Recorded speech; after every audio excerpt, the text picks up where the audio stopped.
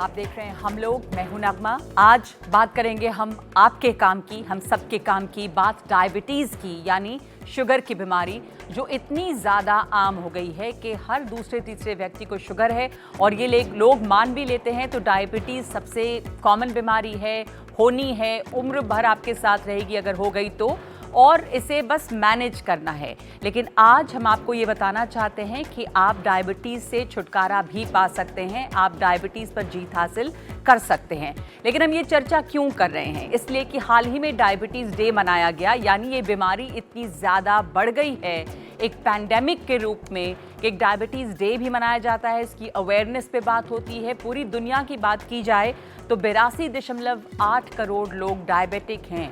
मौजूदा ये 2022 का आंकड़ा है। भारत में ही लेकिन इसमें 21.2 करोड़ लोग हैं। 82.8 में से 21.2 करोड़ सिर्फ भारत में हैं और चीन में 14.8 करोड़, यानी एक बड़ा हिस्सा डायबिटीज़ के मरीजों का भारत और चीन में है।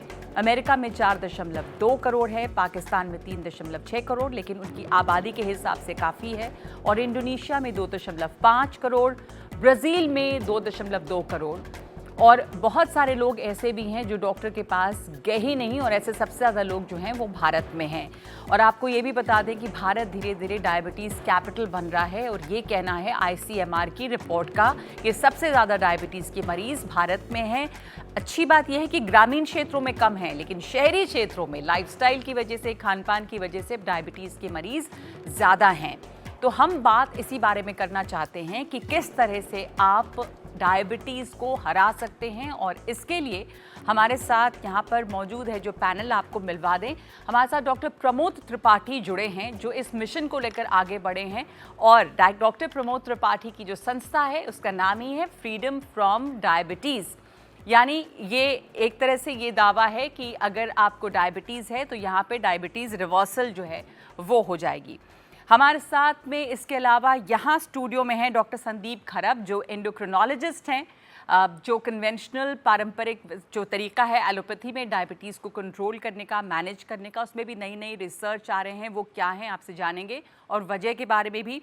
डॉक्टर शबनम अंजुम आरा हैं जो आयुष मंत्रालय से हैं, और यूनानी सिस्टम में क्या तरीका है डायबिटीज़ को हराने का, ये भी जानेंगे। तो आज हम सभी सिस्टम्स के बारे में जानना चाहते हैं कि डायबिटीज़ पर किस तरह से जीत हासिल की जा सकती है। अनूप गुप्ता हैं हमारे साथ जो कि डायबिटीज़ रिवर्सल कोच हैं, और इसके अलावा सुमन अग्रवाल हैं जो न्यूट्रिशनिस्ट हैं। इसमें बहुत बड़ा रोल होता है खान पान का कि क्या खाएं और क्या नहीं खाएं। और इसके अलावा हमारे साथ जुड़ रहे हैं कुछ ऐसे ख़ास लोग जिन्होंने डायबिटीज़ को मात दी है, और ये उन तमाम लोगों के लिए एक बहुत बड़ी प्रेरणा का स्रोत हैं जो डायबिटीज़ को हराना चाहते हैं। तो मैं इन्हीं लोगों की कहानी से शुरू करना चाहती हूँ। हमारे साथ में स्वामी जी जुड़े हैं, डॉक्टर रामा हैं, गरिमा हैं, और यहाँ भी हमारे साथ एक ख़ास मेहमान हैं जिन्होंने डायबिटीज़ को मात दी है। तो मैं आपसे अगर शुरुआत करूँ कि आपको डायबिटीज़ कितने सालों रहा, और आपको कब आपने शुरुआत की रिवर्सल की journey?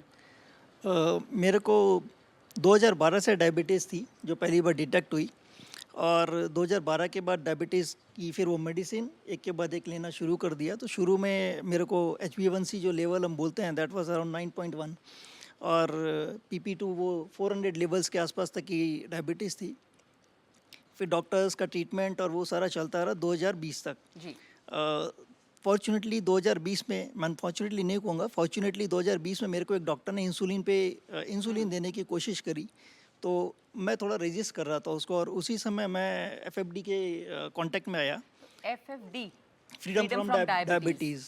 So freedom from diabetes के कांटेक्ट में आने के बाद में मैंने उनका प्रोग्राम ज्वाइन किया, क्योंकि पिछले 8 सालों से मेडिसिन स्टार्टर्स की तरह खाता था मैं हर खाने के पहले, और स्टार्टर्स के तौर पे it medicine was like starters, या कुछ भी खाना है तो उसके पहले आपको मेडिसिन खानी है। अच्छा, अब आप पूछ लो आपसे कि अब आपका शुगर लेवल क्या रहता है? अब मेरा शुगर लेवल वो नॉर्मल रहता है, 5 से 5.4 से 5.78 के बीच में चलता रहता है। और आपने क्या बदलाव किया अपने खान पान और लाइफस्टाइल में? जल्दी से बता खान पान में बहुत ज़्यादा बदलाव नहीं किया। घर में जो चीज़ें हैं उसको थोड़ा थोड़ा रिप्लेस कर दिया। जैसे वाइट राइस है वो हटा दिया, उसकी जगह ब्राउन राइस लेके आ गए।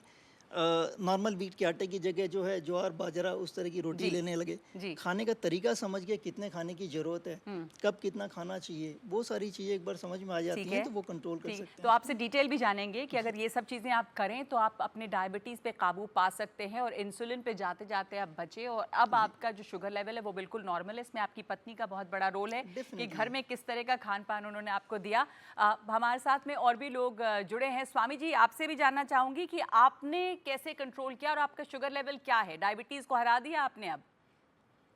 Yeah, I joined this program in 2016, June. Okay, within 15 days, my tablets were stopped. I was on tablet, my ji, tablets were stopped. And I was 75 kilo weight at that time. By the end of November, I was totally free from diabetes because I followed the glucose tolerance test. My sugar level fasting is below 100. Okay, PP is also close to 100 after 2 hours of use. That's my. अच्छा। रमा जी, आप बताएँगे अपना तजुर्बा?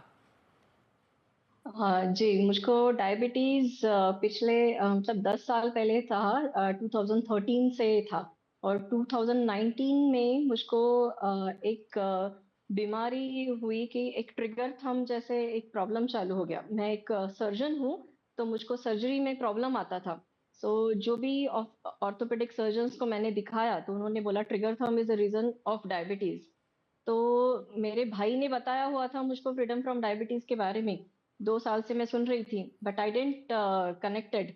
But due to this reason I did this residential program at Pune and the day one I was free from medicines and my sugars were normal, and since then 1st May 2019 till date my sugars are well controlled ठीक and है। I had cleared GTT every year जी। 5 times for the जी, जी, last 5 ठीक है। years. तो आप तमाम लोगों का जो ये तजुर्बा है उसके बारे में थोड़ा डिटेल भी जानेंगे, लेकिन सबसे पहले डॉक्टर खरब मैं आपसे जानना चाहती हूँ कि ये जो हम डायबिटीज़ की बात कर रहे हैं, डायबिटीज़ अपने आप में एक बीमारी है लेकिन इससे जुड़ी कई बीमारियाँ और हैं। इसके सिम्पटम्स क्या होते हैं पहले और इससे क्या-क्या बीमारियाँ और हो सकती हैं देखिए डायबिटीज़ की मैम, वजह से? अगर हम डायबिटीज़ की बात करते हैं तो मैं हमेशा ये कहता हूँ कि डायबिटीज़ के सिम्टम सबसे कॉमन सिम्टम है कि कोई सिम्टम ना होना।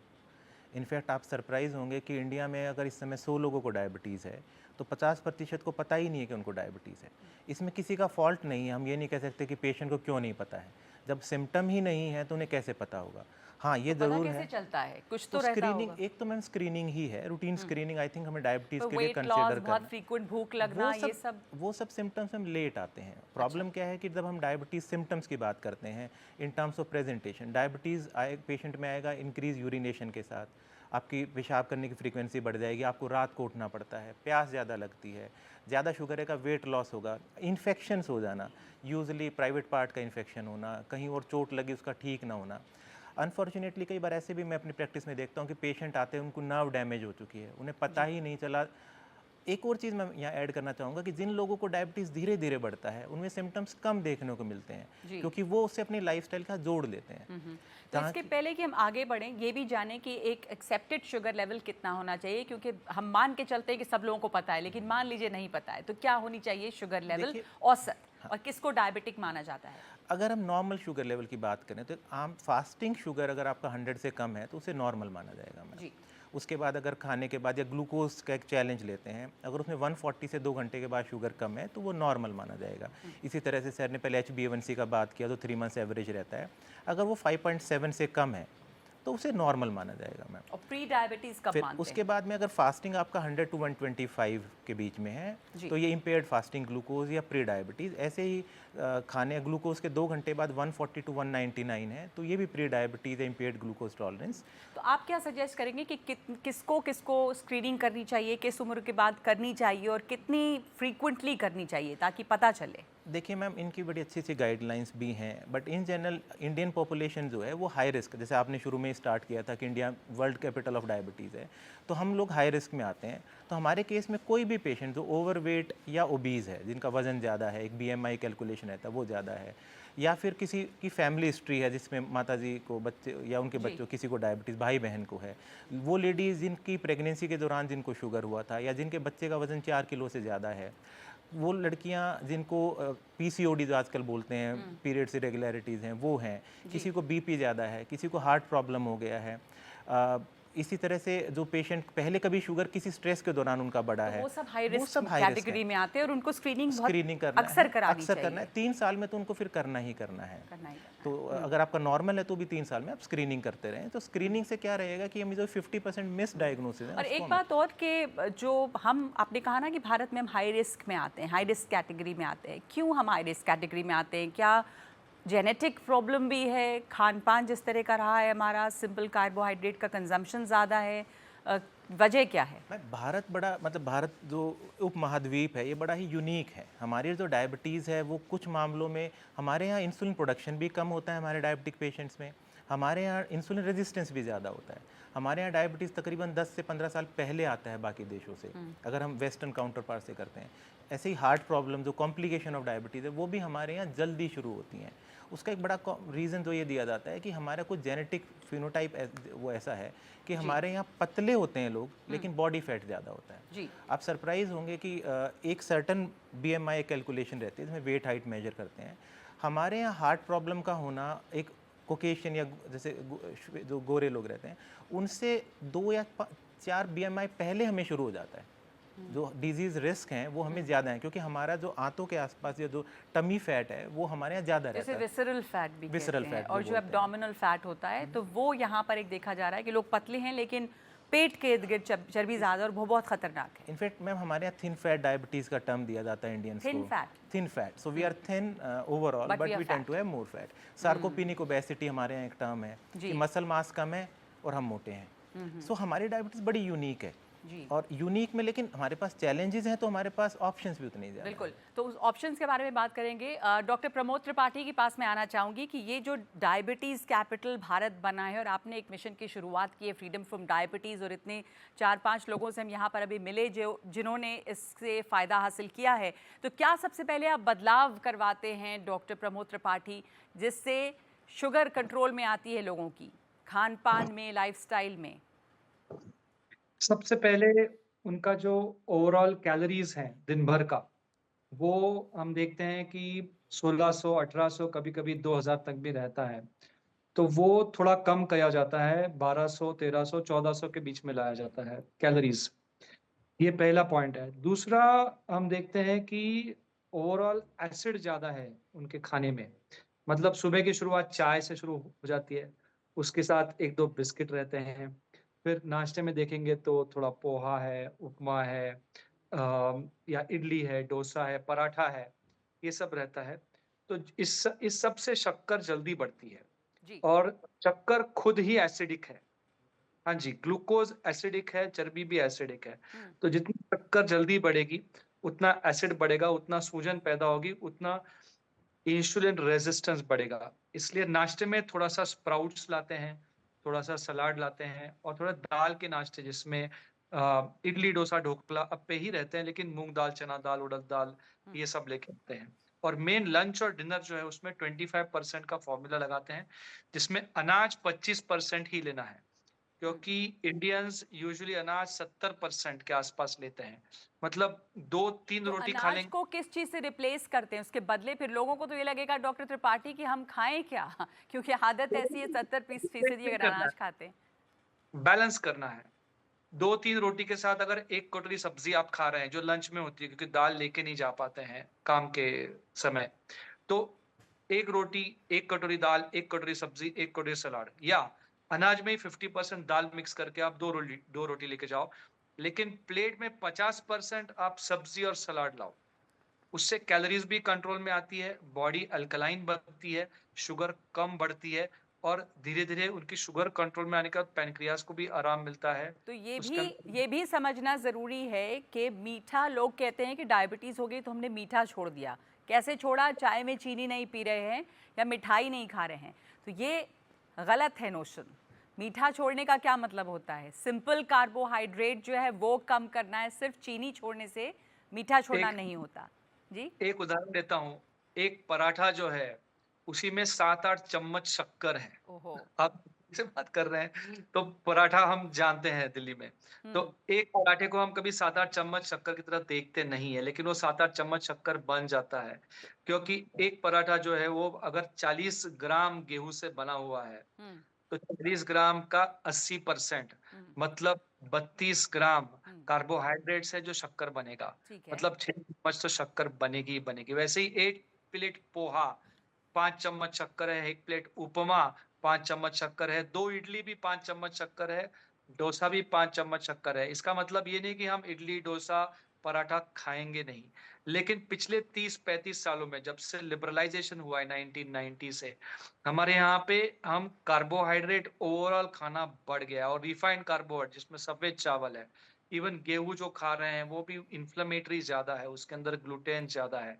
उसी की जगह पे थोड़ा आप बाजरा, ज्वार, मिलेट्स लें, लेकिन मिलेट्स में रागी ना लें क्योंकि रागी शुरुआत में शुगर बढ़ा सकता है, रागी से शुगर बहुत शूट होता है और कई लोगों को रागी से भी नुकसान होता है। तो थोड़ा हमें नॉलेज लेना पड़ता है अनाजों के बारे में और घर पे सारे लोगों को थोड़ी आदत लगानी पड़ती है ताकि उनको मज़ा आए वो खाने में। जी, दाल जी। बढ़ानी पड़ती है हुँ। और सबको दाल बढ़ाना पड़ता है। ठीक है। तो आपके पास ये ज़रूर और जानना चाहेंगे कि खाने में अगर हम बदलाव करते हैं तो डायबिटिक लोगों को किस तरह का अनाज खाना चाहिए। हमारे साथ अनूप जी भी हैं और सुमन जी भी हैं। एक तो ये बात हुई अभी अनूप जी के जब से लिबरलाइजेशन हुआ है हम जो खाना खाते हैं उसमें रिफाइंड कार्बोहाइड्रेट बहुत ज़्यादा बढ़ गया है। बाज़ार से भी हम ऑर्डर करते हैं, इस तरह के खाना की चीज़ें खाते हैं जिससे सीधे आपका ग्लूकोज़ बढ़ता है। तो भारत के खान-पान में क्या था पहले? अब ये जो हम मिलेट्स की बात करते हैं, ज्वार बाजरा लोग हमेशा से खाते थे, पारंपरिक खान-पान में आपके ये सब शामिल था। ये कैसे बदला? क्योंकि गेहूँ और चावल जो है, ऐसा नहीं कि विलेन है, पहले भी लोग खाते थे। पर पहले क्या अलग था, क्या प्रॉब्लम अब है? क्या इसलिए क्योंकि फिज़िकल एक्टिविटी कम है लोगों की? जी हाँ, बिल्कुल खाने में तो काफ़ी कुछ चेंजेज़ हुए हुए हैं, पर जो 2 ऐसे एलिमेंट हैं जिन पे हम फ़ोकस नहीं करते हैं, इग्नोर करते हैं, वो है आपके स्ट्रेस लेवल्स एंड आपकी स्लीप क्वालिटी। हुँ, क्योंकि अगर मैं देखूँ as a holistic diabetes reversal coach, तो diabetes reversal is a team game जहाँ पर एक्सपर्ट की ज़रूरत होती है और हमें एक इंसान के 5 डायमेंशंस पे काम करना होता है। एक तो फिजिकल हेल्थ, दूसरा diet and nutrition, third is sleep quality and fourth is the stress levels and fifth is diet and nutrition. तो स्ट्रेस एक ऐसी चीज़ है, आज 70% से ज़्यादा लोग इंडिया में स्ट्रेसफुल सिचुएशन में हैं and it could be because of their financial situation, family situation, personal life और जनरली स्ट्रेस को आप ब्लड टेस्ट में डिटेक्ट नहीं कर सकते, बट स्ट्रेस की वजह से ब्लड शुगर बढ़े हुए निकल रहे होते हैं। तो जब क्लाइंट्स हमारे पास आते हैं, तो सबसे पहले हम ओवरऑल असेसमेंट करते हैं और आइडेंटिफाई करते हैं कि आपका जो डायबिटीज़ का जो ब्लड शुगर लेवल बढ़े हुए हैं, उसका मेन रीज़न क्या है? फिजिकल के है की वजह से है, डाइट एंड न्यूट्रिशन की वजह से, स्ट्रेस की वजह से है या स्लीप क्वालिटी की वजह से है? क्या रीज़न्स हुँ, हैं? हुँ, और फिर उसके बाद उन्हें accordingly personalise and customise approach दी जाती है। जी। दूसरा आता है स्लीप के बारे में। हुँ, स्लीप आज देखा जाए तो इंडिया में मतलब it's the third most sleep deprived country, मतलब हिंदुस्तान में 6 घंटे से एवरेज 6 घंटे की स्लीप है और नींद कम होने का सबसे बड़ा रीज़न है हमारी देर रात तक जागना और रात को सोने से पहले मोबाइल फ़ोन, सोशल मीडिया पे स्क्रॉल करना और हमारी पूरी जो बायोलॉजिकल क्लॉक है, सर्कैडियन जो हमारी रिदम्स है, इट इज़ डिराइव्ड बाय सूर्योदय और सूर्यास्त से चल रही होती हैं। तो अब देखिएगा कि रात के जब हम आज से लाखों करोड़ों साल पहले जंगलों में रहते थे, तो अंधेरा हो जाता था और हमारे यहाँ पर ब्रेन पे एक पिनियल ग्लैंड है, जो एक हार्मोन बनाती है मेलाटोनिन हार्मोन, जो हमें सोने के लिए तैयार कर रहा होता है। अब आज के ज़माने में हम हमारे घरों में इतना लाइट है, दिन में इतना लाइट है, रात को 9 बज चुके हैं, 10 बज चुके हैं और उसके सामने हमारे पास मोबाइल फ़ोन रहता है, तो हमारा ब्रेन कन्फ्यूज़ हो जाता है। रात को 8, 10, 11 बज रहे हैं, पर अभी जी। भी दिन है कि रात उसे समझ में नहीं आता है और जो मेलाटोनिन हार्मोन जिस क्वांटिटी में बनना चाहिए, उतनी क्वांटिटी में बन नहीं रहा होता है और आपकी स्लीप प्रॉपर नहीं हो रही तो होती है। जब स्लीप आपके प्रॉपर नहीं आपके होती वहाँ है पे जब लोग आते हैं, पेशेंट्स आते हैं तो आप होलिस्टिक हीलिंग जी, में सबसे पहले इस पर भी ध्यान देते हैं कि स्लीप पैटर्न कैसी है और बिल्कुल। स्ट्रेस कैसी है। तो यस, डॉक्टर खरब, यस, ये बिल्कुल। स्ट्रेस जो है वो कितना कंट्रीब्यूट करती है शुगर लेवल को बढ़ाने में? मैम स्ट्रेस है, लैक ऑफ स्लीप है, इन सब का बड़ा सिग्निफिकेंट इफेक्ट रहता है डायबिटीज़ पे। जी। डायबिटीज़ होने में भी बड़ा सिग्निफिकेंट इफेक्ट है और जिनको डायबिटीज़ है उनका शुगर कंट्रोल बिगड़ने में भी बड़ा सिग्निफिकेंट वो इफेक्ट है। शुगर शुगर शूट होता है स्ट्रेस शूट होता से है तो और अगर लैक ऑफ पेशेंट, स्लीप से। हाँ, इनफैक्ट मैम अगर हम प्रैक्टिस की बात करते हैं तो इतने सारे पेशेंट्स जो शिफ्ट जॉब्स पे हैं, इतने सारे मेरे पेशेंट्स हैं जो कि यूएस बेस्ड जॉब करते हैं, जो रात उन में जागते हैं। रात में जागते हैं, उससे कंट्रोल करना हमारे लिए सच में चैलेंजिंग होता है। उसके कई सारे रीजंस हैं। एक तो ये है कि उनका टोटल आवर्स ऑफ वर्क बढ़ जाता है उनके। यूजुअली हम लोग 2 या 3 बार खाना खाते हैं, वो यूजुअली 3 से 4 बार। उनका जो स्नैकिंग रहता है रात की ड्यूटी में वहाँ पे रहता है। उसके साथ में एक डायनल रिदम रहता है, हमारी बॉडी का एक सर्टन रिदम है कि हम उठेंगे सुबह, उस समय हमारे कुछ हार्मोन्स ज़्यादा होंगे जैसे कॉर्टिसोल, फिर शाम को बहुत कम हो जाते हैं रात के टाइम। लेकिन अगर आदमी रात को जाग रहा है तो वो कॉर्टिसोल हार्मोन सारे दिन ज़्यादा रहता है। हाई कॉर्टिसोल का मतलब है कि आपके इंसुलिन प्रोडक्शन कम होगा, आपकी बॉडी में इन्फ्लेमेशन ज़्यादा होगा, हार्ट प्रॉब्लम्स, डायबिटीज़, हाइपरटेंशन, हर चीज़ बढ़ेगा आपको। तो स्ट्रेस और स्लीप, लैक ऑफ स्लीप बहुत बड़ी कारण है शुगर के बढ़ाने में। यानी कि अगर आप सर्काडियन रिदम नहीं फॉलो करते, यानी सूर्योदय और सूर्यास्त का जो रिदम होना चाहिए जिसके साथ साथ आपके शरीर चलता है, तो फिर ये सब खतरे बढ़ जाते हैं। तो यूनानी सिस्टम में क्या है इसका इलाज भी, और आयुष क्या सजेस्ट करता है डॉक्टर अंजुम? सबसे पहले धन्यवाद नगमा जी मुझे यहाँ आमंत्रित करने के लिए। यूनानी सिस्टम ऑफ मेडिसिन जो कि आयुष मंत्रालय का एक पार्ट है और आयुष का एक पार्ट है, उसमें यूनानी सिस्टम ऑफ मेडिसिन डायबिटीज़ को ऐसे ट्रीट करती है कि वो एक होलिस्टिक अप्रोच के तौर पर ट्रीट करती है। जो होलिस्टिक अप्रोच है वो ट्रेडिशनल सिस्टम ऑफ मेडिसिन का एक यूनिक कॉन्सेप्ट है। जैसा कि डॉक्टर अनूप ने कहा कि स्लीप एक बहुत बड़ा पैटर्न है। मैं आपको बता दूं ये 4000 पहले ये बात प्रूफ हो चुकी है और ये कही जा चुकी है हमारे मैन्युस्क्रिप्ट में, हमारी किताबों में, कि हमारे यहाँ 6 एसेंशियल फैक्टर्स होते हैं जिनको असबाब सित्ता ज़रूरिया कहा जाता है। उसमें स्लीप एक ऐसा फैक्टर है, उसका नंबर 1 जो है वो एटमॉस्फेरिक एयर है, फिर है आपका खान पान, फूड एंड ड्रिंक्स, उसके बाद आपका फिज़िकल एक्सरसाइज और sleep and awakeness, retention and evacuation, और इसी तरह से साइकिक है। तो ये 6 जो फैक्टर्स हैं हमारे यहाँ, ये 4000 साल पहले ही बता चुके हैं और उस टाइम में इतनी एडवांसमेंट नहीं थी, फिर भी डायबिटीज़ भी इतनी नहीं थी, उसका इतना प्रेवलेंस भी नहीं था। जबकि आज WHO ये कहता है कि चाइना के बाद इंडिया है जो कि diabetic capital of India, diabetic capital जो है वो बनने जा रहा है। तो हमारे यहाँ ये 6 फैक्टर्स पे अगर काम किया जाता था तो वैसे भी जो है हम बहुत सारी बीमारियों से बच सकते थे। फॉर एग्ज़ाम्पल हम अगर एटमॉस्फेरिक एयर की, जो हमारा नंबर 1 पॉइंट है, अगर एटमॉस्फेरिक एयर की बात करें तो अगर हम अच्छी साफ़ सुथरी हवा लें, आप आजकल देख रहे हैं दिल्ली और आसपास AQI क्या है, तो अपने आप में बहुत सारी बीमारियों की जड़ वो अपने आप में ही एक जड़ को ख़त्म कर सकती है। Not only diabetes but very risk factor जो उसके साथ एसोसिएटेड होते हैं, जैसे कि हाइपरटेंशन है या कार्डियोवास्कुलर डिजीज़ेज़ हैं। मैं एक बात जानना चाहती हूँ, डॉक्टर खरब भी यहाँ पर हैं, आप भी हैं, डॉक्टर प्रमोद त्रिपाठी हैं, अलग अलग सिस्टम है, लेकिन कुल मिला के बात यही है कि सोना, स्ट्रेस, खान पान, ये तमाम चीज़ें, तो कहीं कोई इसमें टकराव तो नहीं है? अलग अलग सिस्टम में हम सब मिल के काम कर सकते हैं इसमें? बिल्कुल बिल्कुल बिल्कुल बिल्कुल।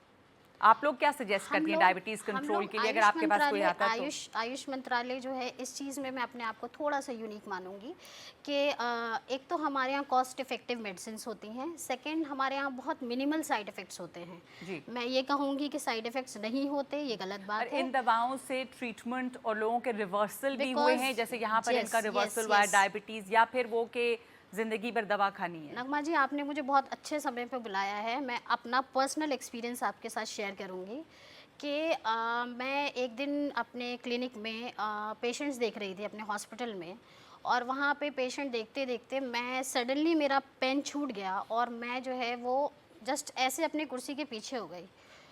मुझे कोई हिस्ट्री नहीं है डायबिटीज़ की, कोई हाइपरटेंशन, इनफैक्ट मेरे पीछे भी कोई हिस्ट्री नहीं है, नॉट माई फादर मदर, किसी को नहीं है। सो मैंने सोचा it must be because of my work pressure. तो मैंने जूस लिया, पानी लिया, नर्सिंग स्टाफ आया, सब ने मेरा BP चेक किया, शुगर चेक करा, तो शुगर वाज 90 ऑन डे 1। उसके बाद फिर सेकेंड डे हुआ, सेकेंड डे मेरा शुगर ऐसी ही तबीयत रही और सेकेंड डे मेरा शुगर ड्रॉप हुआ टू 80, और थर्ड डे मेरा शुगर ड्रॉप हुआ 70, और फोर्थ डे मेरा शुगर ड्रॉप हुआ 60। मुझे अपोलो में एडमिट होना पड़ा क्योंकि मेरा शुगर ड्रॉप हो गया था 50, और आई वाज सो कंसर्न कि ये ऐसा मेरे साथ क्यों हो रहा है। It was very abrupt low sugar. Yes. So जब मैं एडमिट हुई और मेरे इंसुलिन लेवल्स चेक हुए तो ये एक टर्म पता चली कि ये रिएक्टिव हाइपोग्लाइसीमिया होता है। डॉक्टर संदीप जानते होंगे सर कि रिएक्टिव हाइपोग्लाइसीमिया में क्या होता है, आपके शुगर्स तो कम हो जाते हैं लेकिन you are prone to diabetes, यानी आप डायबिटीज़ के स्टेज में जा रहे हैं, यानी you are into the pre diabetic phase. अब ये बहुत हैरानी की बात है कि शुगर्स कम हो रहे हैं और आप डायबिटीज़ कैसे हो सकते हैं? जी, जी। तो उसका जो इटियोपैथोजेनेसिस है वो यही है कि रिएक्टिव शुगर यानी आपको एक ये सिग्नल आने लगता है ओके। तो आपकी आपने कुछ उसके उम्र ऊपर में। सिग्नल के ऊपर काम किया जी। और आपने यूनानी सिस्टम से यूनानी ही अपने सिस्टम आप और को ठीक मेडिसिन किया से उन्हीं मैंने अब दवाओं तक से। जी, मैं ये मेरा चलिए, पर्सनल अपना पिछले महीने का एक्सपीरियंस ठीक है। है। तो ये तो बहुत अच्छी बात है जी। कि इससे ठीक हो सकता है, तो लोगों के लिए इनकरेजिंग है। सुमन जी हमारे साथ हैं, सुमन अग्रवाल न्यूट्रिशनिस्ट हैं। ये तमाम बातें हो रही हैं, इसमें स्लीप डिसऑर्डर्स या लैक ऑफ स्लीप, स्ट्रेस, ये बड़ी चीज़ें हैं और न्यूट्रिशन उसका एक बहुत अहम हिस्सा है, जिसके बारे में अभी बात की थी डॉक्टर प्रमोद त्रिपाठी ने भी और तमाम लोगों ने बात की है। तो न्यूट्रिशनिस्ट के तौर पे आप खान पान में सुमन क्या बदलाव सजेस्ट करती हैं लोगों के? क्या बदलाव आया है? अब लोग अवेयर भी बहुत हो रहे हैं, पर पहले के मुकाबले अभी डायबिटीज़ इतनी बढ़ रही है, क्यों ऐसा हो रहा है? तो thank you Nagma ji for calling me for this platform. और हम डायबिटीज लोगों पे बहुत सालों से काम कर रहे हैं और हम लोग ने देखा है कि जो डॉक्टर त्रिपाठी ने कहा कि हाई कार्बोहाइड्रेट या रोटी या पोहा की मात्रा ज़्यादा, जैसे डॉक्टर अनूप ने कहा कि स्ट्रेस लेवल है और डाइट थोड़ा इम्बैलेंस है और स्लीप कम होती है, तो ये सब तो बहुत इंपॉर्टेंट फैक्टर हैं। बट सबसे बड़ा फैक्टर जो हम मानते हैं वो हम जो कि एक्चुअली हमारी फाइट उसी के लिए है जो कि हम 15 साल से काम कर रहे हैं उसके ऊपर, वो है इंसुलिन रेजिस्टेंस। हमने देखा है कि अगर हम इंसुलिन का टेस्ट कराएं लोगों का जो कि प्री डायबिटिक कंडीशन होती है बिटवीन 5.7 टू 6.3, तो हम डायबिटीज को तो ठीक कर ही देते हैं डाइट में बैलेंस करके, बट उस पे हमारा मेन काम होता है हाई इंसुलिन वालों का शुगर सही होता है, कम नहीं होता, बल्कि उनका पोस्ट शुगर लो होता है। लेवल्स ऑफ इंसुलिन जनरली 10 से ज़्यादा होते हैं फास्टिंग एंड जनरली 25 से ज़्यादा होते हैं पोस्ट। वो शुगर लेवल नहीं होता, वो होता है level of insulin in your blood. तो हम उसकी भी टेस्ट करते हैं और लोगों को उसके बाद उसके उसके बारे में बताते हैं, जागरूकता जागरूकता दिलाते हैं कि इस ढंग से हम डायबिटीज होने से आपको बचा सकते हैं। विथ एंडोक्रिनोलॉजिस्ट जो भी हमारे पैनल पर हैं उनसे बात करवा के कि इनकी दवाइयाँ पहले शुरू हो सकती हैं कि नहीं बिफोर 6.3, और अर्ली मेडिकेशन से और डाइट से अवेयरनेस से हम उनको ठीक करते हैं। तो इसमें बहुत तरीके होते हैं, एक्चुअली बहुत मीन्स होते हैं। सबसे पहले हम उनका विटामिन डी चेक करते हैं। जी। Very low vitamin D is related to very high sugar, तो हम विटामिन डी को ठीक करते हैं। उसके बाद ऑफकोर्स जो स्लीप की बात बताई उन्होंने, वो तो sleep is the seat of good health. अगर हमारी नींद अच्छी नहीं होती तो सारे डोमिनोज एक करके एक फॉल करते हैं, चाहे स्ट्रेस हो, चाहे ओवर ईटिंग हो या नो एक्सरसाइज हो, everything is related to sleep. उसके बाद तीसरी चीज हम ध्यान देते हैं उनकी प्रोटीन बैलेंस पर, क्योंकि डायबिटिक्स हाई शुगर होने की वजह से बहुत जल्दी मसल लॉस करते हैं। तो हम उनकी प्रोटीन की संख्या को बराबर रखते हैं, हाई प्रोटीन भी नहीं देते बट हर मील पे प्रोटीन देते हैं, जिससे शुगर अपटेक ब्लड में स्लो हो जाता है, धीरे हो जाता है, जिससे उनके शुगर को हम कंट्रोल करते हैं। तो उसमें हम फर्स्ट क्लास प्रोटीन पे बहुत ज्यादा ध्यान देते हैं, बिकॉज फर्स्ट क्लास प्रोटीन में सारे अमाइनो एसिड्स होते हैं। तो वेजिटेरियन के फर्स्ट क्लास प्रोटीन केवल दूध, दही, पनीर, चीज से ही मिलता है। और दाल वगैरह में अगर 25 ग्राम दाल में 6 ग्राम प्रोटीन है तो उसमें 11 से 12 ग्राम कार्बोहाइड्रेट होता है, तो वो भी हाई लेवल्स ऑफ कार्बोहाइड्रेट होता है। इंडिया में हम लोगों ने इतना ज्यादा प्रचलन डायबिटीज का क्यों देखा है? उसका मेन कारण यही है कि इंडिया प्राइमरीली एक वेजिटेरियन कंट्री है, तो वो अपने प्रोटीन के रूप में ज्यादातर दाल का इस्तेमाल करते हैं, और दाल भी हाई कार्ब होता है और उसको हम राइस के साथ में खाते हैं। तो राइस से शुगर अपटेक बहुत जल्दी होती है ब्लड में, because it is a simple carbohydrate. इसमें मैं पूछना चाहूँगी डॉक्टर प्रमोद त्रिपाठी से भी, क्योंकि बहुत सारे लोगों को ये समस्या होती है कि अगर आप वेजिटेरियन हैं, इसका मतलब ये नहीं कि जो वेजिटेरियन है वो क्या करेंगे। आप अगर प्रोटीन कंटेंट आपके खाने में कम है तो वेजिटेरियन सोर्सेज भी तो प्रोटीन के होते हैं डॉक्टर प्रमोद त्रिपाठी, इसके बारे में बताएंगे प्लीज़। हाँ जी, प्रोटीन एक तो सबसे पहले हमारे हिसाब से ओवर हाइप्ड हो गया है कुछ समय से।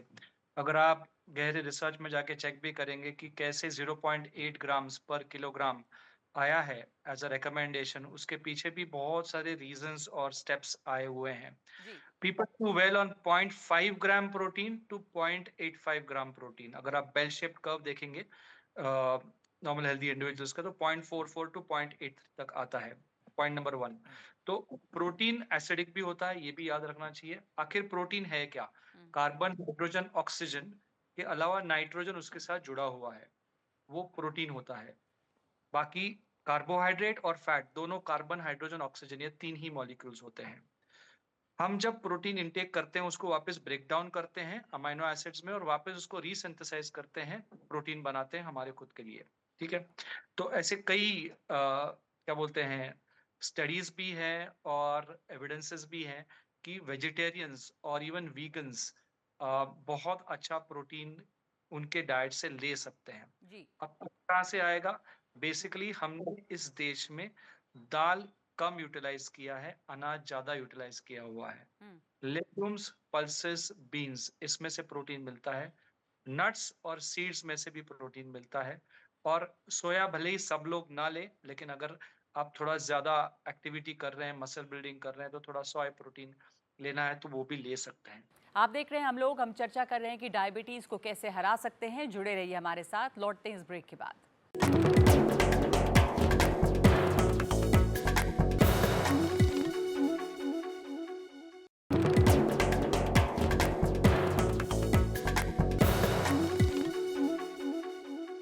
एक धारणा ये बन जाती है कि जो इंडियन डाइट है वो ही गलत है। हम दाल चावल रोटी इतना ज़्यादा खा रहे हैं क्योंकि जैसे अभी डॉक्टर खरब ने बताया भी कि यहाँ पर विसरल फैट, एब्डोमिनल फैट जो है वो ज़्यादा है। आप पतले भी होते हैं लेकिन फैट कंटेंट ज़्यादा है। तो हमारे खाने में क्या गड़बड़ है डॉक्टर प्रमोद त्रिपाठी? जो डायबिटिक्स आते हैं उनको पहले 2 या 3 महीने हमको खाना कम ही करना पड़ता है। उनको प्रोटीन ज्यादा जरूरत नहीं रहती है। तभी जब मसल बिल्डिंग एक्सरसाइज शुरू करते हैं तब उनको प्रोटीन रिक्वायरमेंट्स बढ़ती है और तब प्रोटीन रिक्वायरमेंट्स आप अलग अलग सोर्सेज से उनको दे सकते हैं। ओके, तो प्रोटीन ठीक है। का शुरुआत में रोल इतना बड़ा नहीं है। हम्म, जैसे पहले भी बताया कि हम फैट प्रोन ज्यादा है। मैं पिछले वाले शो में भी बता रहा था कि पैनक्रियाज में 1.5 ग्राम चर्बी बढ़ने से भी डायबिटीज होता भी है जी और अगर हल्दी तो रिवर्स भी होता है। हम्म, तो हमें चर्बी कम करना, ग्लाइकोजन रिजर्व्स कम करना, इसके पीछे पहले पड़ना पड़ता है। इसलिए total calorie control, carbohydrate control overall और बैलेंस ऑफ ग्रेन, दाल, सब्जी, salad with soap nuts, seeds, smoothie, live food बढ़ाना, 25-30% जिंदा खाना खाना जो आपके शरीर को एल्कलाइन करेगा और आपको अच्छा माइक्रो न्यूट्रिशन देगा। क्योंकि मिनरल अगर डेफिशिएंसी है, मतलब जी कैल्शियम, आयरन, फास्फोरस, मैग्नीशियम, वो भी शरीर को एसिडिक करते हैं।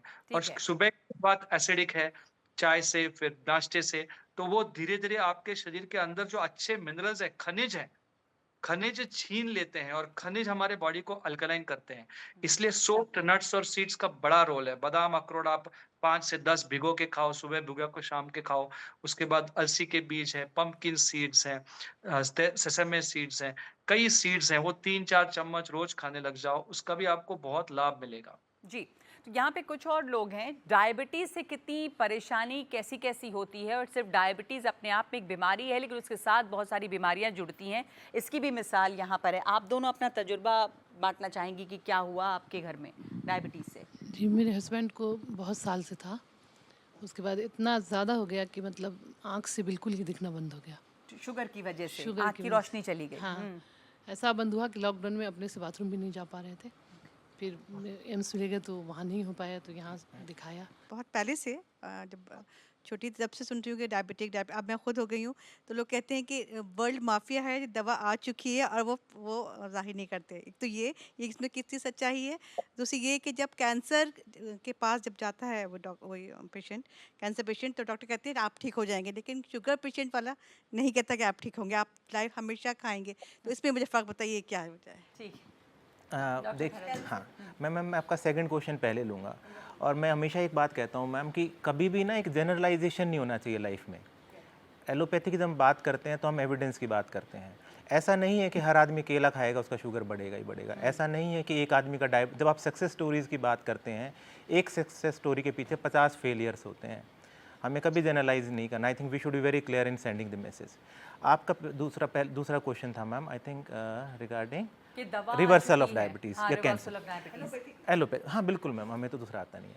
देखिए, बड़ा सिंपल सा है। जब हम कैंसर की बात करते हैं, कैंसर के बारे में क्या कहते हैं कि आपका कैंसर, एक टेक्निकल टर्म है, रेमिशन बोलते हैं। कभी भी कैंसर रिवर्सल नहीं बोला गया आज तक। हम कहते हैं कि आपको किसी को कैंसर हुआ, सपोज मान लीजिए ब्रेस्ट कैंसर है, सर्जरी हुआ, रेडिएशन हुआ, आज के दिन कैंसर आपके शरीर में नहीं है, स्कैन हुआ, नॉर्मल हो गया, लेकिन वो कभी भी रिवर्सल नहीं बोला जाता है, we call it remission. Remission का मतलब है कि आपका टेस्ट होते रहेंगे, आपको कल को दोबारा हो सकता है, आज के दिन नहीं है। सिमिलरली डायबिटीज़ रिवर्सल कोई टर्म नहीं है ma'am medically, we don't accept it. I mean some people might, मैं तो नहीं मानता हूँ। मैं इसको हमेशा कहता हूँ डायबिटीज रेमिशन बना रहता है कि आपको दोबारा से शुगर आप वेट बढ़ा दीजिए, आप वहीं पहुंच जाएंगे। दूसरी चीज़ है, ये जो वेट लॉस का कॉन्सेप्ट है, इतना आसान नहीं है वेट लॉस करना और उसे मेंटेन करना। वेट लॉस करना रिलेटिवली आसान काम है, मेंटेन करना मच मोर डिफिकल्ट है। हर पेशेंट के बस की बात भी नहीं है कि वो मेंटेन कर पाए। देखिए, मैं अगेन कहूँगा कि हमारे पास बहुत सक्सेस स्टोरीज हैं और हमें बड़ा खुश और हमें प्रेरणा उन्हीं से लेना है, लेकिन सच्चाई से आप पीछे नहीं जा सकते हैं।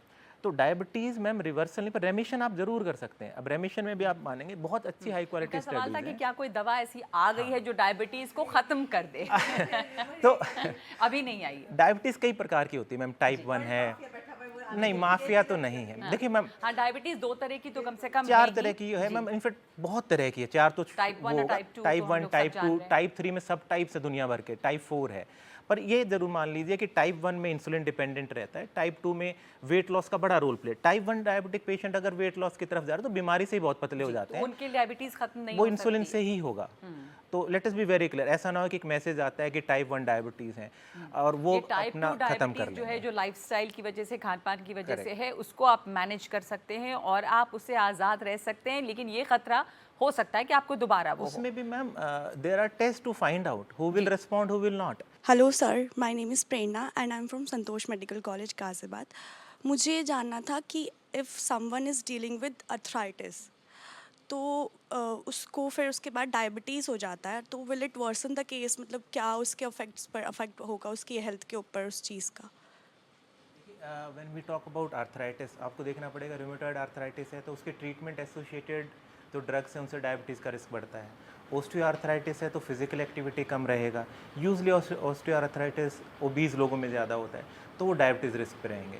नेचुरली कोई भी आर्थराइटिस जो आपको लिमिटेड जॉइंट मूवमेंट देगा तो फिजिकल एक्टिविटी कम होगा, डायबिटीज़ रिस्क बढ़ेगा। सिमिलरली जो ट्रीटमेंट फॉर ऑस्टियोआर्थराइटिस है, बहुत सारे लोग जो हैं ग्लूकोजामीन्स यूज़ करते हैं, वो डायबिटीज़ का रिस्क बढ़ाते हैं। Steroids usage in arthritis is very common, sometimes they are approved also, तो उन सबसे डायबिटीज़ बढ़ता है। सो डेफिनेटली इंक्रीज रिस्क रहेगा आपके केस में। एज मैडम सेड कि AQI लेवल जो है अपने एयर का which is also deteriorating the health, तो उसमें हम घर पे ऐसा क्या करें? बिकॉज आजकल के टाइम में ब्रिस्क वॉक्स हम ले नहीं सकते because it is not good for lungs and other things. तो ऐसा घर पे क्या करें फिजिकल वर्कआउट और फिर अपने जो मील्स हैं उसमें ऐसा क्या चेंज करें जिससे कि बेटर रिजल्ट रहे और ब्लड शुगर जो कंट्रोल रहे? So firstly, if I may add, AQI levels at home are also pretty bad. We should understand that. घर में भी AQI if you calculate बहुत high आने वाला है. In terms of improving AQI, I think that is first part. You can use certain gadgets. You can at the same time, you can have plants in homes which improve that. आप दरवाजे बंद रखना है, खिड़कियाँ बंद रखना है। There is a concept कि हवा क्रॉस हो जाएगी, क्रॉसिंग वाला कॉन्सेप्ट वाला ये टाइम नहीं है। तो ये तो प्रोसेस हैं जिससे आप AQI को इम्प्रूव कर सकते हैं। In terms of physical activity, देखिए कोई भी कार्डियो एक्सरसाइज है वो हेल्प करता है ना। कार्डियो डज नॉट मीन कि आपको दूर ही जाना है, आप घर पे साइकिलिंग रख सकते हैं, ट्रेडमिल्स हैं, yoga is a very good way. तो डॉक्टर खरब जो कह रहे हैं, अंजुम आप मानती हैं इस बात को? आपके यूनानी सिस्टम में जैसे आप कह रहे हैं कि क्योर होता है, क्या इसका इलाज हो जाता है, ख़त्म हो जाती है डायबिटीज़, या फिर ये खतरा हमेशा बना रहता है कि वापस भी डायबिटीज़ आ सकती है, पर कुछ एहतियात तो बरतने होते होंगे? जी, हमारे यहाँ जो है एक स्पेशल डायबिटिक की क्लिनिक चलती है और मैं ख़ुद उस क्लिनिक में पार्ट लेती हूँ और जीरियाट्रिक क्लिनिक भी करती हूँ मैं। उसमें मैंने ये देखा है कि ख़ास तौर से जीरियाट्रिक क्लिनिक उनको कहते हैं जो बूढ़े लोगों की क्लिनिक होती है, अबव 60। सो मैंने ये देखा है कि मेरे 70 to 80% जो पेशेंट्स हैं वो डायबिटिक हैं और जब वो मेरे पास आते हैं तो वो सारी दुनिया से घूम के और अब हार के आते हैं कि अब हमें एलोपैथिक मेडिसिन नहीं खानी है क्योंकि अब हम थक चुके हैं। तो वो मेरे लिए एक चैलेंज होता है उस टाइम में। तो हमारे यहाँ कुछ प्लांट बेस्ड दवाएं होते हैं, कुछ एनिमल ओरिजिन दवाएं होती हैं और कुछ मेटल्स ओरिजिन दवाएं होती हैं। तो 3 तरह की दवाओं पे हम काम करते हैं। सबसे पहले हमारा ये रहता है, फर्स्ट जो अप्रोच रहती है हमारी कि वो हम प्लांट बेस्ड दें क्योंकि उनका सबसे कम साइड इफ़ेक्ट है। जी। तो प्लांट बेस्ड में जैसे आप हमारे यहाँ कुर्से ज़ियाबितीज़ के नाम से आती है, जो ये डायबिटीज़ वर्ड निकला है ये एक्चुअली ज़ियाबितीज़ वर्ड से निकला है, जो कि मैं आपको बताऊं कि 4000 साल पहले ये बात निकली है। सो कुर्से ज़ियाबितीज़ में मतलब आप देखें तो 2 इंग्रेडिएंट्स हैं, एक गिलो है और एक गुड़माड़ बूटी है। ये दोनों प्लांट बेस्ड हैं और ये क्यों इफ़ेक्टिव हैं? ये हमारे यहाँ एविडेंस बेस्ड मेडिसिन इसलिए भी है क्योंकि हम इनके फाइटो कॉन्स्टिट्यूएंट्स पे काम करते हैं जी। फाइटो कॉन्स्टिट्यूएंट्स क्या होते हैं? प्लांट्स में वो एक्टिव पार्ट प्ले करते हैं जो कि किसी भी बीमारी को लड़ सके। सो फॉर एग्जांपल जो आप टाइनोस्पेरा कॉर्डिफोलिया है, जो आप जिसको गिलो कहते हैं, उसमें टाइनोस्पोरिन होता है, एक ये एक्टिव कॉन्स्टिट्यूएंट होता है जो कि एंटी डायबिटिक प्रॉपर्टी रखता है। सो हम इस पे बहुत सारी रिसर्चेस भी हुई हैं, हमारे यूनानी सिस्टम ऑफ मेडिसिन से खुद हमारे रिसर्चर्स ने इसकी स्टडी की है और ये पाया है कि इसके अंदर ये जो फाइटो कॉन्स्टिट्यूएंट है ये जो है ये एंटी डायबिटिक प्रॉपर्टी करता है। ये एनिमल स्टडीज़ भी हुई हैं और ह्यूमन स्टडीज़ भी हुई हैं। मैं एक हमारे साथ और केस स्टडी एक तरह से जिन्होंने अपनी शुगर पे कंट्रोल किया है वो जुड़ी हुई हैं गरिमा जी। गरिमा, आप अपना एक्सपीरियंस बताएंगी कि आपने कैसे शुगर कंट्रोल किया? हाँ, जब मैंने फ्रीडम फ्रॉम डायबिटीज़ ज्वाइन किया था तब मुझे डिप्रेशन, हाई कोलेस्ट्रॉल और बीपी, हाई बीपी और डायबिटीज़ ये सभी कुछ था। लेकिन प्रोग्राम ज्वाइन करने के विद इन 7-8 डेज में मुझे डायबिटीज़ की मेडिसिन बंद हो गई और with in 2-3 months high BP की भी बंद हो गई और कोलेस्ट्रॉल मेरे नॉर्मल लेवल्स पे आ गए। और डिप्रेशन मुझे पता भी नहीं चला कि मेरा डिप्रेशन कब चला गया। एक्चुअली ये प्रोग्राम जो है फ्रीडम फ्रॉम डायबिटीज़ का, ये बहुत ही सस्टेनेबल प्रोग्राम है क्योंकि इसमें हमको ग्रेजुअली तैयार किया जाता है कि हम अपनी लाइफस्टाइल को कैसे चेंज करें और आगे मैंने 4 साल लाइफस्टाइल में मैंने लाइफस्टाइल में फर्स्ट तो डाइट में चेंजेस किए, सेकंड में बहुत इनएक्टिव थी तो मुझे फ्रीडम फ्रॉम डायबिटीज़ की ओर से कहा गया कि मुझे एथलेटिक आइडेंटिटी चूज़ करनी है, तो मैं वर्कआउट मेरा बढ़ गया और उसके साथ एक इनर ट्रांसफॉर्मेशन होता है जिसमें मेडिटेशन वगैरह करवाते हैं, वो भी किया। हमारे साथ में सुमन जी जुड़ी हुई हैं, न्यूट्रिशनिस्ट हैं। आपने तमाम बातें बताई सुमन जी। इसमें एक सस्टेन तरीके से डायबिटीज़ से छुटकारा पाने के लिए या मैनेज करने के लिए आप क्या टिप देंगी लोगों को? मैं ये बताऊंगी कि राइस का कंजम्पशन कम करें। राइस बहुत बढ़ाता है शुगर को। जो वाइट पॉलिश्ड राइस है, white polish right, but sambar rice है, कोंकणी कुछ राइसेस हैं, red rice, black rice, brown rice, वो सब ठीक है खाने के लिए। लो जीआई राइस जो भी हैं। फ्रूट्स में अवॉइड करें, ये 10 फ्रूट्स छोड़ के बाकी सब फ्रूट्स अवॉइड करें। आप ले सकते हैं apple, pear, pomegranate, guava, cherry, strawberry, dragon fruit, पपनस विच इज बजोरा। सो ये सब फ्रूट्स आप खा सकते हैं। बाकी सब फ्रूट से आपका शुगर बढ़ेगा। हर डायबिटिक आके मेरे से पूछता मैं पपाया खा सकता हूँ क्या? वो चीनी से शुगर से भरा, तब सब चीनी से। आम के बारे में भी सब पूछते हैं। या सब पूछते हैं, बट पपीता तो सबको ही खाना चाहते हैं, पता नहीं क्यों। उसके बाद है सब्जियों में हम बताते हैं कि आप पोटैटो, अरबी, सूरन, जैकफ्रूट, बीटरूट, कैरेट या पम्पकिन का सेवन कम करें या ना करें, जिससे शुगर बढ़ती है। उसके बाद जो हम बताते हैं कि आपको एक्सरसाइज, मसल ट्रेनिंग बहुत ज़रूरी है, जो कि मैंने आपको पहले बताया कि उनका वेट लॉस, ये डायबिटिक अपने मसल लॉस करते हैं बिकॉज उनका शुगर यूटिलाइज भी नहीं होता बिकॉज ऑफ टाइप 2 डायबिटीज़। तो बहुत मसल ड्रॉप होता है उनका हाई शुगर की वजह से भी और इंसुलिन रेजिस्टेंस की वजह से भी। तो उनको वेट ट्रेनिंग एंड कार्डियो करना बहुत ज़रूरी होता है। और बैलेंस जो बताया मैंने, फर्स्ट क्लास प्रोटीन का बैलेंस, ब्रेकफास्ट में भी, लंच में भी, स्नैक्स में भी और डिनर में भी, ये चारों में भी एक मैं यहाँ पर हमारे साथ जो शख्स मौजूद हैं और जिन्होंने अपनी डायबिटीज़ पर कंट्रोल किया है फ़िलहाल, उनकी पत्नी भी हमारे साथ, मैं आपसे जानना चाहती हूँ, तमाम लोग ये जानना चाहेंगे कि आप लोगों ने खाने पीने में से क्या बदलाव किया? एक्चुअली हम लोग ने अपनी चाय को, जैसे डॉक्टर त्रिपाठी ने बताया कि उसे आप रिप्लेस कर दीजिए स्मूदी से, क्योंकि आपकी बॉडी को एसिडिक, सबसे पहले कुछ भी एसिड लेने से अच्छा है आप उसे कुछ एल्कलाइन चीज़ लीजिए। तो हम सबसे पहले स्मूदी लेते हैं। एंड ब्रेकफास्ट में जैसे हमें बताया गया है कि हम दाल दाल बेस ब्रेकफास्ट लेते हैं, तो उसी में हम डिफरेंट आइटम्स बनाते हैं, जैसे दाल के चीले हो गए, दाल के अप्पे हो गए, इडली भी बनानी है तो वो भी हम दाल की बनाते हैं। तो अब एक मैं आखिरी आप तमाम लोगों से सवाल पूछना चाहूँगी। डॉक्टर त्रिपाठी, आपसे शुरू करूँ कि जो लोग जो यहाँ पे मौजूद हैं, बहुत सारे लोग ये जानना चाहते हैं कि हमको भी शुगर से छुटकारा पाना है तो कैसे अप्रोच करें, क्या करें? जैसे आपकी संस्था को भी लोग ज्वाइन करते हैं, सुमन जी हमारे साथ हैं, आपके क्या प्रोग्राम हैं, बताएंगे आप लोग एक एक करके प्लीज़। फिजिकल लेवल पे मोटी गाय से दुबली गाय और दुबली गाय से तगड़ा घोड़ा, ये जर्नी है। सिंपल। गरिमा जी ने बताया नहीं, वो 100-100 किलोमीटर साइकिलिंग करती हैं अभी, जो पहले नहीं कर रही थी। अच्छा। स्वामी जी ने बताया नहीं वो क्या क्या ट्रैकिंग किए हैं हिमालय में, और 7 या 8 बार उनका जीटीटी क्लियर हुआ है। तो वो तगड़ा घोड़ा का जो बात है फिजिकल लेवल पे वो जरूरी है। 30-35% लोगों में एंजाइटी डिप्रेशन है, वो हम PHQ-9 और GAD-7 क्वेश्चनर से एनालाइज करके फिर उनको वो हिसाब से काउंसलिंग, जर्नलिंग और मेडिटेशन वो करवाते हैं। तो फिजिकल लेवल पे काम करे आहार और व्यायाम के द्वारा, मेंटल इमोशनल लेवल पे काम करे जैसी जरूरत है, और विश्वास रखे कि हो सकता है। अनूप जी, आपकी कोई टिप?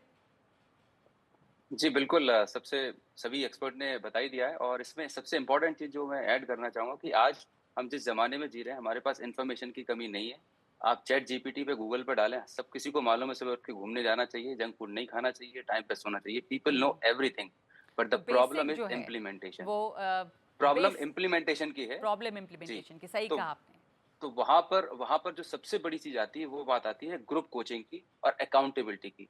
तो बेसिकली डायबिटीज रिवर्सल और रेमिशन is a team work, first thing. And second thing, अगर आपको डायबिटीज को मैनेज करना है, सही तरीके से रिवर्स करना है, तो एक ऐसी कम्युनिटी के साथ में करें जहां पर लाइक माइंडेड लोग हों, और हम इंसान है, एक दूसरे के रिजल्ट से इंस्पायर होते हैं, मोटिवेट होते हैं, राइट। तो और वहां से हमारी कंप्लाइंस रेट भी बढ़ी रहती है। जो अभी करंट हेल्थ केयर सिस्टम है वहां पर क्या है, let's say I M a patient, मैं जाऊंगा कंसल्टेंट के पास, उन्होंने प्रिस्क्रिप्शन लिख दिया और मुझे बता दिया कि भाई आपको जंक फूड नहीं खाना है, टाइम टाइम पे करना है। नाउ आफ्टर प्रिस्क्रिप्शन मैं वो प्रोटोकॉल फॉलो कर रहा हूँ नहीं कर रहा हूँ किसी को पता नहीं है। 30 डेज के बाद फिर मैं जाऊंगा, फिर मेरे डोजेस बढ़ते जाएंगे। सो द बिगेस्ट ट्रांसफॉर्मेशन या जो चाहिए है डायबिटीज रिवर्सल और मैनेजमेंट को हमारे देश को, वहां पर एक होलिस्टिक अप्रोच चाहिए, और एक community based, group therapy based अगर प्रोग्राम होगा जहां पर लोगों के कंप्लाइंस रेट बढ़ जाते हैं, क्योंकि वहां पर अकाउंटेबिलिटी रहती है, ग्रुप थेरेपी रहती है, एक सपोर्ट रहता है कम्युनिटी का, जिससे आप सही कहा कि पूरे परिवार को साथ आना पड़ेगा, कम्युनिटी को साथ आना पड़ेगा, एक तरह से सोच, एक तरह की सोच रखने वाले लोगों को साथ आना पड़ेगा, तब आप डायबिटीज को हरा सकते हैं। Definitely ma'am. और मैं ये भी कहूँगा कि जब आप ये चीज़ें प्रोसेस फॉलो करते हैं, अपने शुगर चेक करते रहें, अगर वो कंट्रोल नहीं आ रहे हैं तो दवाइयों की सहायता लें। Medicine are there to help you out. Unless अगर आप शुगर लेवल कंट्रोल ही नहीं करेंगे, आप कोई भी प्रोसेस फॉलो करते हैं, कॉम्प्लिकेशंस आएंगी। तो डायबिटीज़ ट्रीटमेंट का कॉन्सेप्ट कॉम्प्लिकेशन से बचाना है, आज नहीं 5 से 15-20 साल बाद। तो उन चीज़ों को हमेशा याद रखना है। अगर आपके शुगर बढ़ रहे हैं और आप मिस कर रहे हैं, तो वो कॉम्प्लिकेशंस स्टार्ट हो रही हैं, वो आपको दिख नहीं रही हैं, इनफैक्ट वो अभी भी टेस्ट में भी नहीं आएंगी।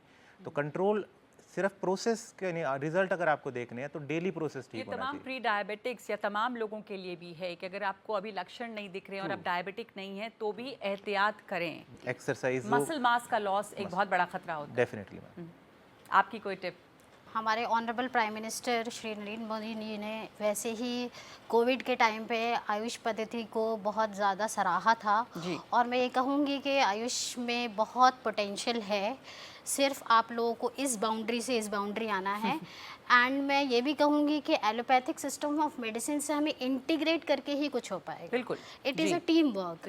अगर HbA1c किसी का 6.5 है तो यूनानी मेडिसिन से टोटली क्योर हो सकता है, मैं आपको कह सकती हूँ। लेकिन वही अगर उसका HbA1c 8, 9, 10 है तो हम एक इंटीग्रेटेड अप्रोच रख सकते हैं with allopathic system of medicine as well as Ayush system of medicine. हाँ, जो लोग दवा पे, ये भी बताना ज़रूरी है कि तमाम जगहों पर डॉक्टर प्रमोद त्रिपाठी के वहाँ भी मैंने देखा कि कहा जाता है कि आप दवा नहीं छोड़ें अपनी, आप अपनी दवा कंटिन्यू करें। पहले अपनी लाइफस्टाइल में आप बदलाव लाएं, जब चीज़ें कंट्रोल में हों उसके बाद आप दवा से छुटकारे की बात कर सकते हैं धीरे धीरे, जो कि हमारा लक्ष्य भी होना चाहिए कि आप उससे आज़ाद हो। बहुत शुक्रिया आप तमाम लोगों का हमारे साथ जुड़ने के लिए और बहुत महत्वपूर्ण इस विषय पर बातचीत करने के लिए। उम्मीद है कि आप सब लोगों को कुछ और जानकारी मिली होगी कि आप क्या क्या कर सकते हैं अपने शुगर को कंट्रोल करने के लिए, और सतर्क रहें इसे लेकर। धन्यवाद।